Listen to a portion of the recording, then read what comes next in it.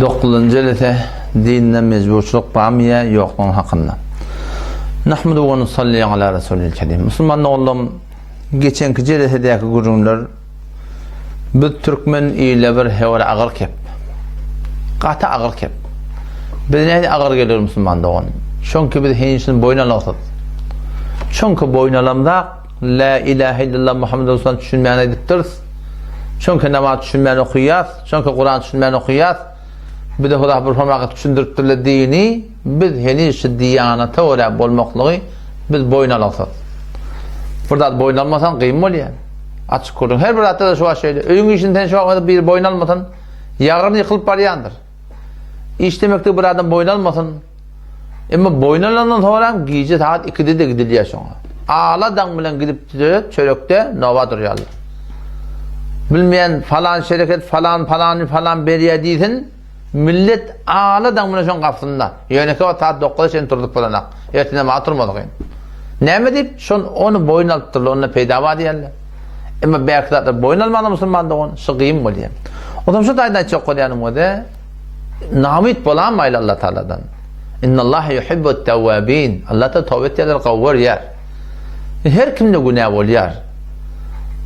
Mısri adamla var etti Kur'an'da Suriye Tövbe'de 102. ayetinde Allah Teala birisi adamları ma'rifet etiye ki şol adamla ne anır baş bir musulmansılıkta ne bir münafık bula orta miyana kastırk edip yerle kavat yerle teleket yerle yöne teleken ideyen tövbe yerle ati de teleke bilen günah bilen ati de sigar çekme bilen ati de terek çekme bilen ati de ara kısma bilen ati de teleke film gödemek bilen ati de teleke nevar kulakmak ati de dar konak yemek ati de yüzün açık gelmek bilen ati de takkan tıyırmak bilen ati de öyde var ağlaca gıtırmak bilen ati de öyde ekil koymak bilen ati del öyde var aydın tar kulakmak ati del ya ati de bazen marahim bir hay havası müptela olup burada bulup haydi bir günah müptela oluyor ama Allah tebarek ve şol adamları öz rahmetim bilen menni Huda tebarek Teala dolanır nibayettir Huda Teala umid bakı dolanır niptir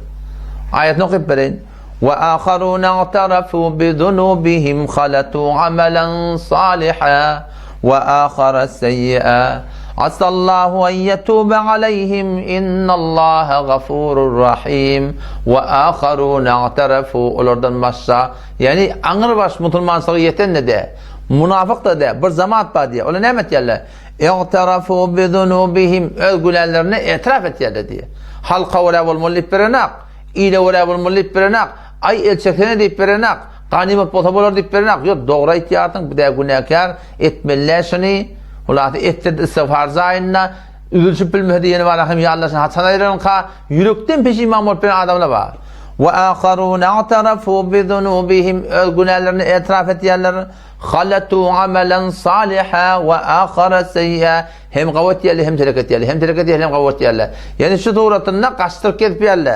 asallahu en yetube aleyhim umid ve Allah Teala olara öz rahmeti bilen dolandın innallaha gafurur rahim bişek Allah Teala bakşan da mehribanıdır Müslüman doğan o da şu da aydan mamada yankımın aydan gurunun namidi gelamadın Allah da mehriban zat Müslüman doğan ama şu duygu yürekte dönmeli kimin Allah öyle olmalı men şeriata öyle olmalı doğru demektir Müslüman doğan egre demektir egre varahim doğru deyip iyi de öyle olmalı bir yaşamaklık nahayetin bir egirçilik halka oraya olmalı demeklik nihayet bir egirçilik ganimet potabolar demeklik nihayetin bir egirçilik oradan katı tut diye katı tutma nerede sen doğru başacak var ya Müslüman doğan sen doğru münafıklığın kıyal kurpar ya sen la ilahe illallah diyende feristesen yalan alayan diyen moda şu katı tutmak mı ya başacak tutmak mı Müslüman doğan seninki Huda bilen peygamberin gevunu görme olanına daş çeviren gevunu oraya modan Sure-i Tevbe'de Allah Teala patıklığı koyuptur. Şu başacak tutmaklık mı ya? O zaman kat tutmaklık mı?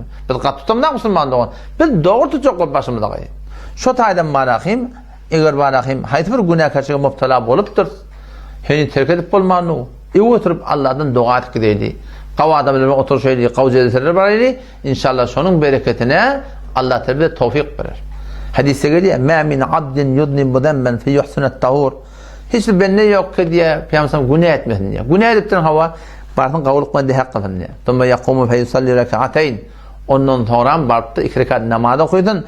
Tümme yestagfirillah. Ondan sonra da Allah'dan bağışlamakla etsin. İlla gafarallahu lem. Allah sana bağışlayacak deyiptir. Muşkul nerede Müslümanın? Muşkul bir hem günahını bilemiz daha.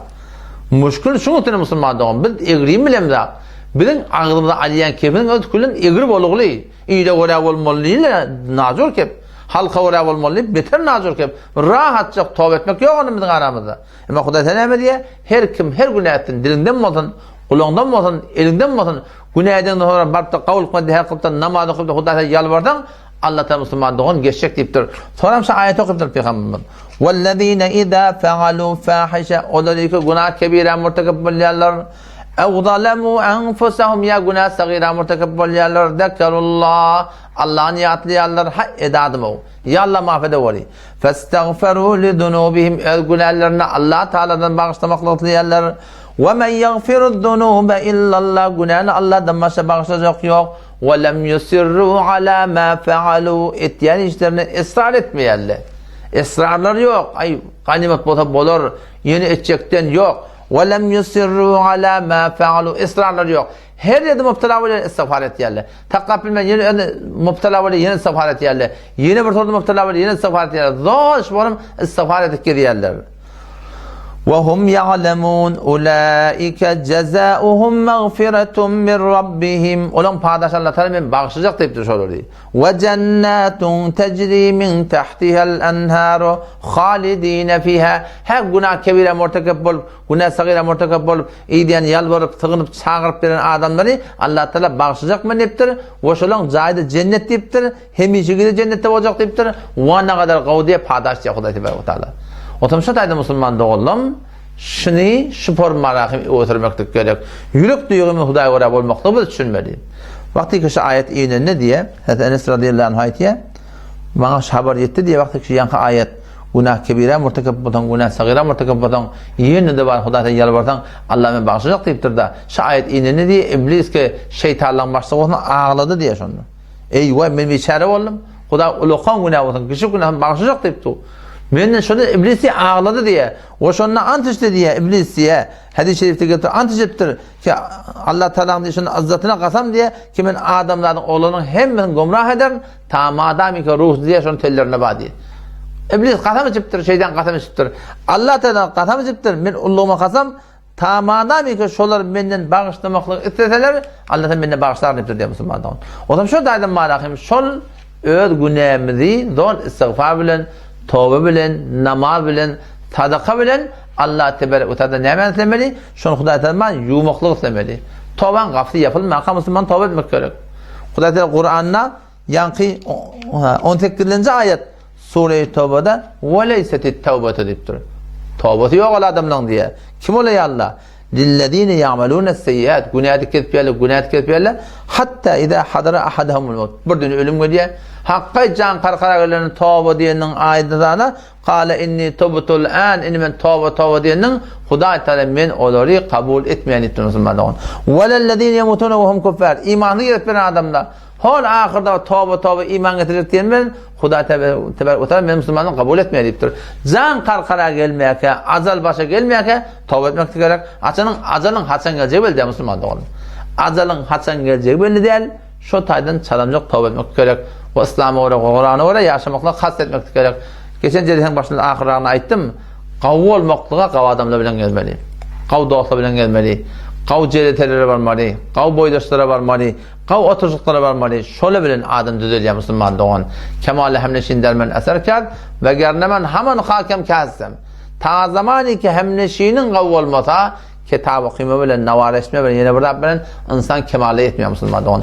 Allah temizce tevfik versin. Vesselamu aleyküm ve rahmetullahi ve berekatuhu.